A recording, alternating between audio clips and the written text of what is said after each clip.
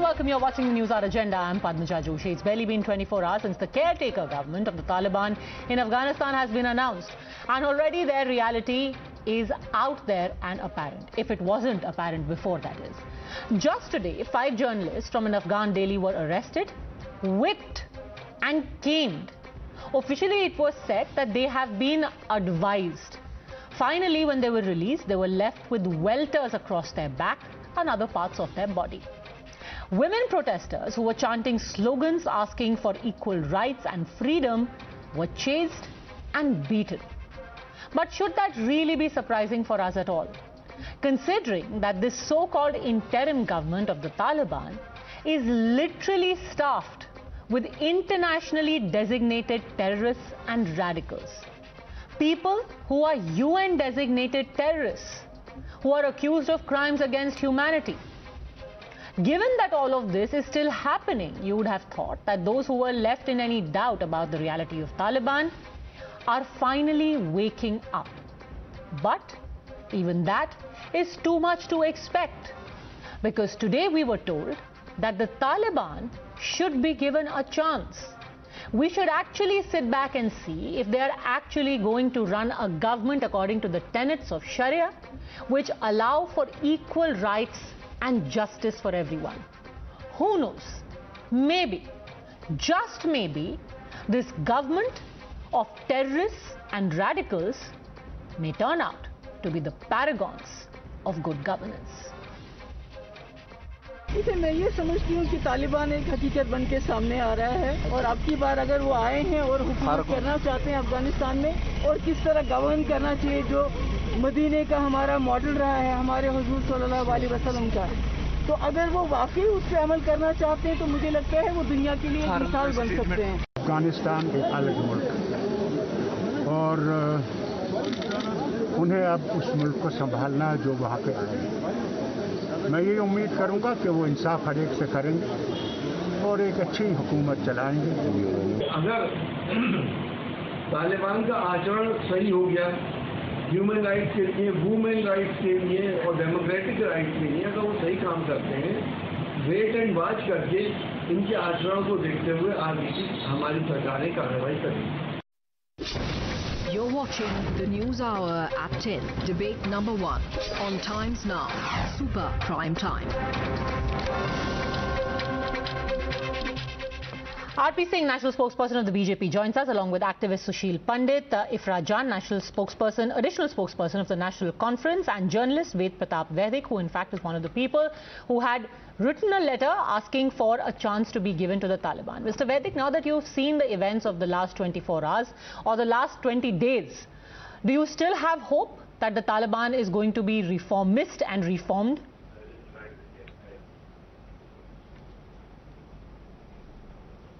अभी तो मुझे ऐसा नहीं लग रहा है।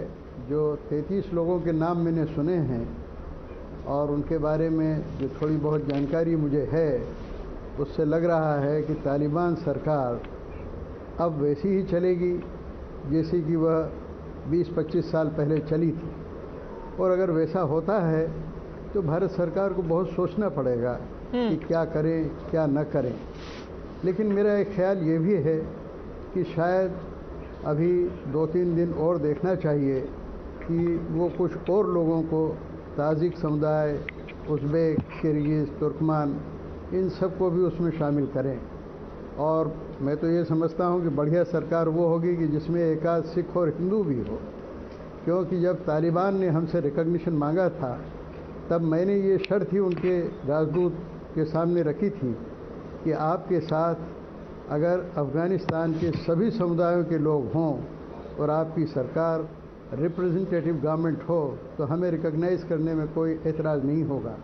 तो अभी देखना है कि ये कुछ और लोगों को लेते हों तो फिर उस पर हमें विचार करना चाहिए। पर रिप्रेजेंटेटिव चाहे उसमें जो भी हो, वेद प्रताप वैदिक जी, उनकी हरकतें जो हैं वो तो जग जाहिर है।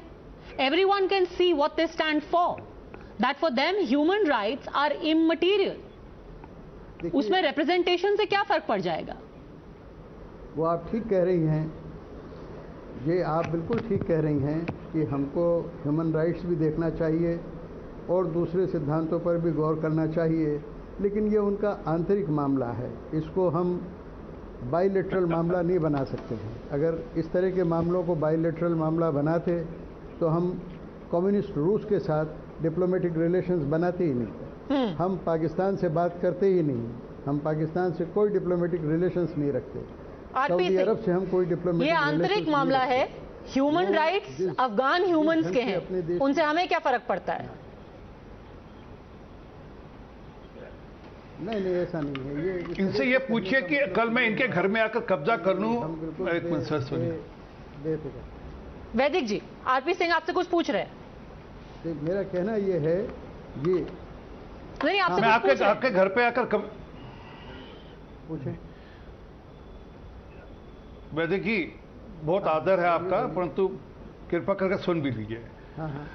आप ज्ञानी आदमी हैं, परंतु ऐसा मत करिए, ऐसा अत्याचार मत करिए हमारे साथ। सर, आपके घर में कल कोई आकर जबरदस्ती आपके सिर पे बंदूक रख दे और बोले कि आप ऐसा करो जैसा मैं चाहूंगा, तो आप बोले नहीं, ये ठीक आदमी है, इसको समझा लेंगे, देख लेते हैं, कोशिश करते हैं। सर, आप संत आदमी हैं, संतों का जमाना नहीं है। वहां पर एक जो होम मिनिस्टर बने हैं, उनके सिर पर $5 बिलियन की बाउंटी उनके सिर पर इनाम है। सर, मैं बात करूं सर, मैं टोका नहीं आपको सर, उनके सिर पे इनाम है सर। और जो दूसरे उनके जो प्राइम मिनिस्टर बने हैं वो जी सर, मेरी बात पूरी होनी चाहिए, मैं टोका क्या आपको सर? बोलिए आरपी सिंह जी, बोलिए। प्राइम मिनिस्टर बने हैं वो यूएन डेजिग्नेटेड टेररिस्ट है। नहीं, बोलिए। अब हम किससे बात करेंगे? आप किसको समझाने चले हैं? जहां पर महिलाओं पे अत्याचार आते सर कह दिया कि महिला की क्रिकेट टीम नहीं, महिला खेल नहीं खेल सकती, महिला को निकाब पहनना पड़ेगा, महिला गाना नहीं गा सकती, महिला सड़क पर नहीं जा सकती। तो किसकी बात कर रहे हैं आप? ये तो अभी काबुल में है। जरा वहां पर देहात, मेरे को कि वहां पर सिख समुदाय से संपर्क का बातचीत हो रही है, जो देहात के अंदर उसकी बात तो कुछ और है। वहां पर कंधार में, बाकी जगहों पे तो हर दौर खराब है। वहां तो 15 साल से कम की बेटियों को उठा लिया गया है और 45 साल से कम की जो बेवा औरतें हैं उनको उठा लिया गया है। कहिए भैया, नहीं आप हमारे जो फौजी हैं, हमारे जो तालिबान हैं, हमारे जो टेररिस्ट हैं, आप उनके साथ रहेंगी, आप उनकी जरूरतें पूरा करेंगी, तो आप उनको जस्टिफाई कर रहे हैं। जिस प्रकार से काबुल के अंदर महिलाओं के ऊपर सरेआम लोहे की छड़ों के साथ बौछार की गई, जिस प्रकार वहां पत्रकारों के साथ व्यवहार हो रहा है, आप किससे अपेक्षा कर रहे हैं? किससे अपेक्षा कर रहे हैं कि चीजें ठीक वैदिक जी? मैं जवाब दूं? हाँ, दीजिए। ये सिंह साहब जो कह रहे हैं, उनकी हर बात से मैं सहमत हूं, लेकिन उनकी एक बात मेरे समझ में नहीं आई। जब उन्होंने कहा कि आपके घर पर कोई कब्जा कर ले, घुस जाए, तो आप क्या कहेंगे? शायद वो ये समझ रहे हैं कि अफ़गानिस्तान यूपी है या एमपी है, मध्य प्रदेश है। उनको पता होना चाहिए कि अफ़गानिस्तान एक दूसरा देश है, वो एक सॉवरेन कंट्री है, उसके आंतरिक मामलों से हमारा कुछ लेना देना नहीं है। अगर हम अमेरिका की तरह दुनिया के हर देश में दादागिरी करना शुरू कर देंगे, तो जो हाल अमेरिका का हुआ है, जिस तरह से उसकी नाक काटी गई और उसको वापस भेजा गया है, उस तरह से हमारा भी हाल होगा। हम ये माने कि ह्यूमन राइट्स की रक्षा होनी चाहिए, औरतों का सम्मान होना चाहिए, ये सब हमारे आदर्श हैं। ये हम दूसरों पर थोपे नहीं, हाँ उनको समझाएं, उनको कहें कि देखिए आप गलती कर रहे हैं, आप सही रास्ते पर आइए। हमारे आदर्श नहीं है, ये ह्यूमैनिटी के आदर्श हैं सर, ये मानवता के आदर्श हैं। हमारे मामलों मानवता के आदर्श हैं। अब मुझे बोलने दीजिए, आप बीच में क्यों बोल रहे हैं? अब आप बीच में बोल रहे हैं कि नहीं? आप बीच में बोल रहे हैं कि नहीं? आप चुप रहिए, आप पहले बात सुनिए, तर्क कीजिए। चिल्लाने से कुछ नहीं होता है, तर्क कीजिए। मैं आपसे ये कह रहा हूँ कि तालिबान जो गलती कर रहे हैं, मैं तो बिल्कुल जस्टिफाई नहीं करता हूँ। मैं तो इतनी सख्ती, सुनिए, बात सुनिए, आप फिर बीच में बोल रहे हैं, मैंने आपने कहा बीच में मत बोलिए, मैं बिल्कुल नहीं बोला। अब आप मेरी बात सुन नहीं रहे हैं। मैं कह ये रहा हूँ कि तालिबान हो या रूसी हो या अमरीकी हो, वो अगर अपनी माइनॉरिटीज़ पर जुल्म करते हैं, अगर वो अपने अश्वेत लोगों पर, काले लोगों पर जुल्म करते हैं, तो हमें कहने का पूरा अधिकार है कि आप जुल्म मत कीजिए। लेकिन हमें ये अधिकार नहीं है कि हम उसकी वजह से हमारे संबंध अमेरिका से ख़राब कर लें, या रूस से हम अपने संबंध ख़राब कर लें, या अफ़गानिस्तान से संबंध ख़राब कर लें।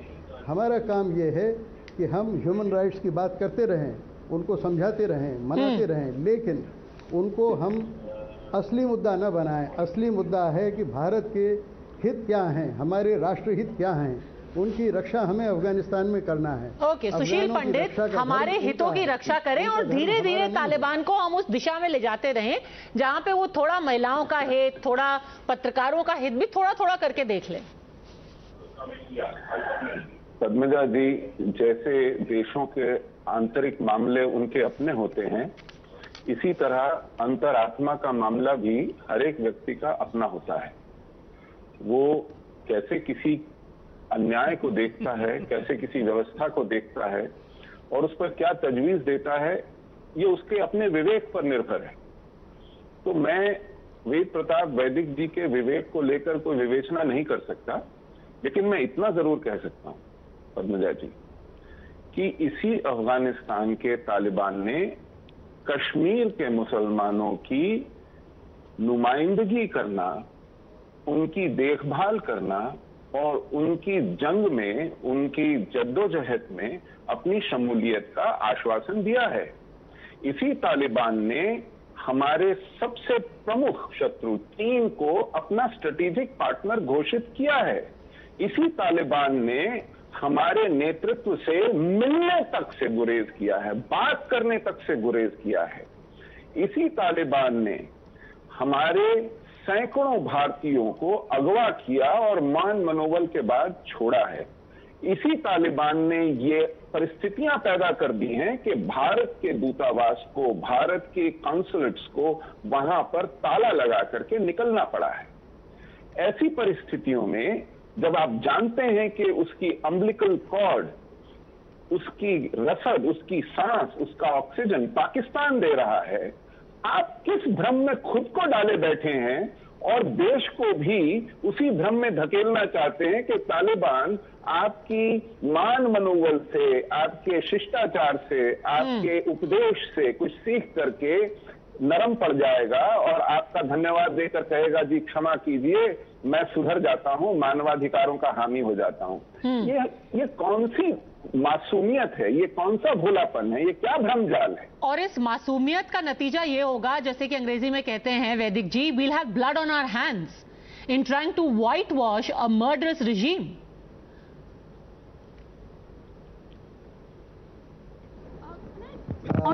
पद्मजा जी, जो नहीं, Ifrah, just a second. Let Mr. Vedic respond, then I'm just coming to you.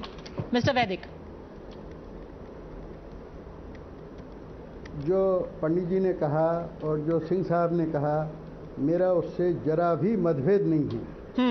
मैं उनकी बात को बिल्कुल ठीक मानता हूँ कि तालिबान अगर कोई भी अत्याचारी काम करते हैं तो हमें उसका डट के विरोध करना चाहिए, लेकिन हम किसी के पक्षधर या विरोधी नहीं हैं।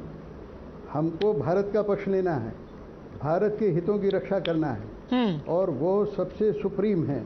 और उसके लिए अगर हमें किसी से बात करना हो, किसी पे असर डालना हो, किसी के आचरण को बदलना हो, तो उसमें हमको चूक नहीं करना चाहिए। पर आचरण कैसे बदलेगा सर? भारत ने, हमारी सरकार ने आचरण कैसे बदलेगा? जो आदमी आज भी डेजिग्नेटेड टेररिस्ट है, जो आदमी मिनिस्टर ऑफ एजुकेशन है, जो कह रहा है कि आप लाइब्रेरी में वक्त जाया मत करो, उसकी जगह कुरान पढ़ लो, वो कैसे आचरण बदलेगा?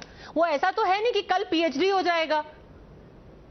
आपने जिसने अपना बेटा बम से उड़वा दिया, वाल्मीकि के बारे में पता है, जिसने बुद्धों को, आपको अंगुली माल के बारे में पता है। मैं जो बात कह रहा हूँ सुन लीजिए, जरा ध्यान से सुनिए। आपको डाकू अंगुली माल के बारे में पता है? हाँ जी। आपको वाल्मीकि के बारे में पता है कि कैसे आचरण बदला था? भ्रम न दें, आचरण बदलने के लिए जिस भगवान वाल्मीकि की जरूरत होती है वो हमारा होना चाहिए।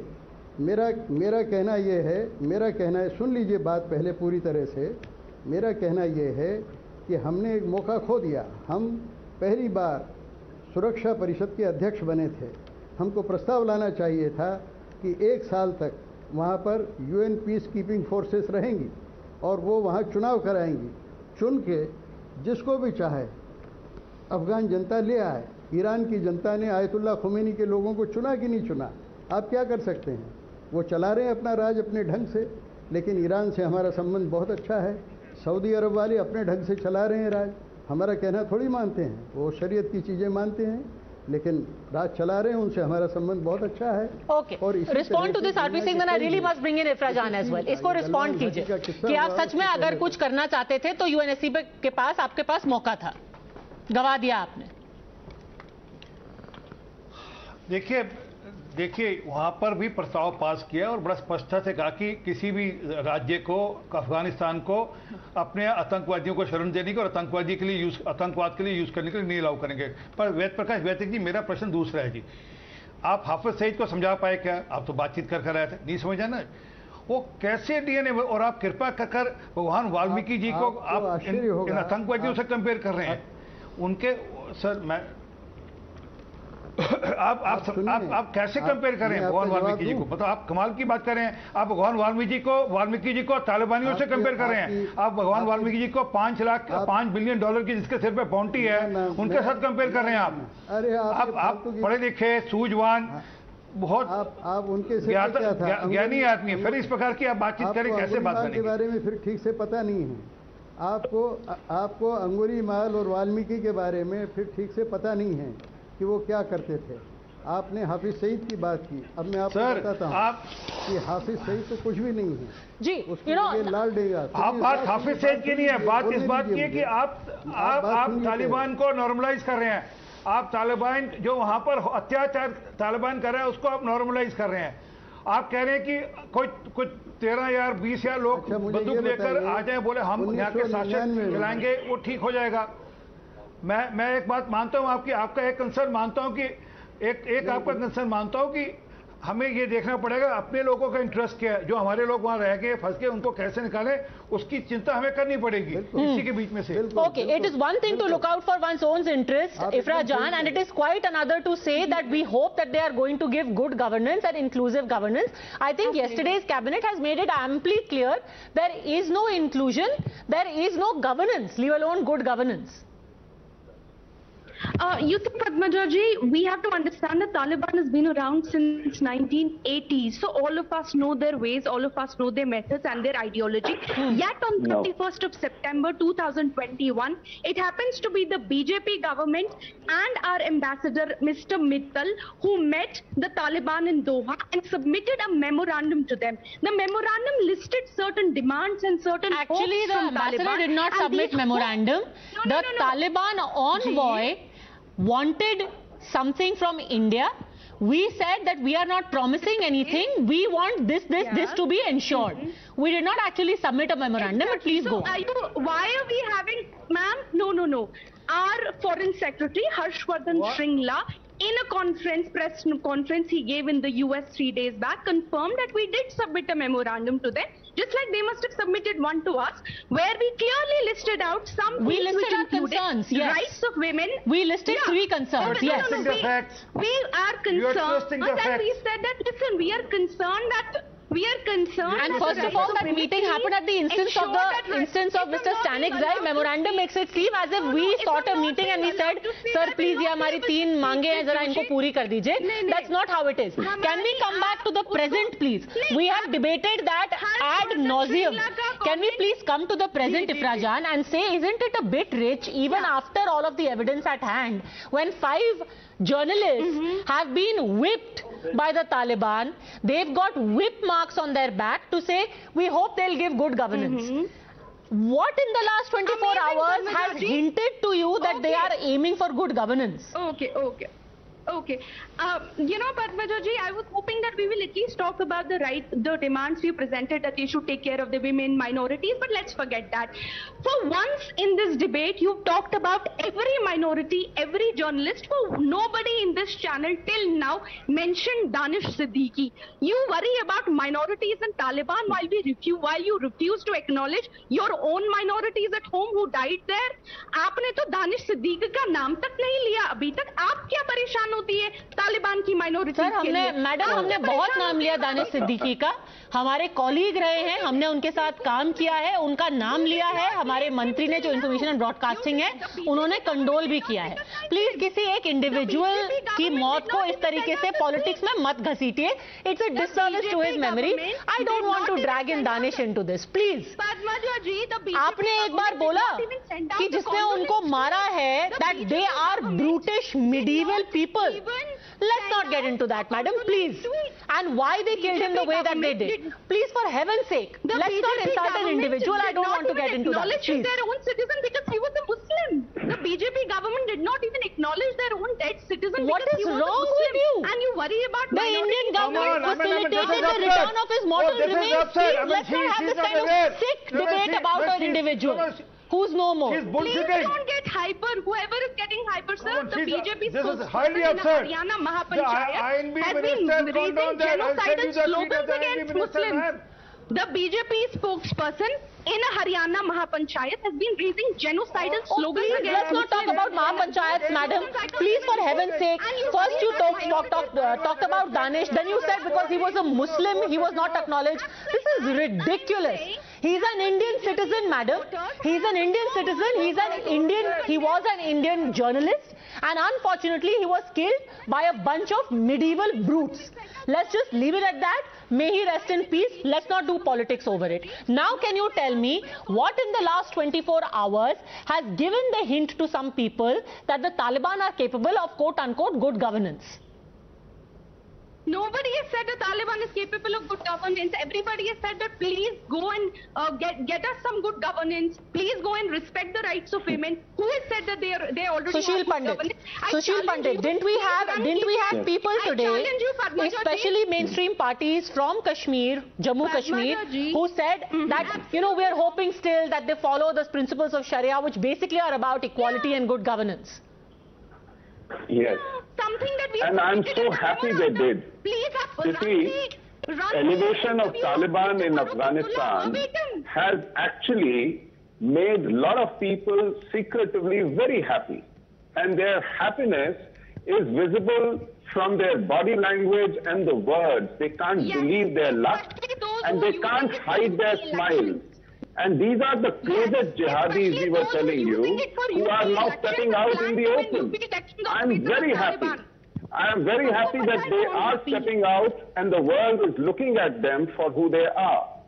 And now their newfound love for Taliban is essentially to undermine our own security.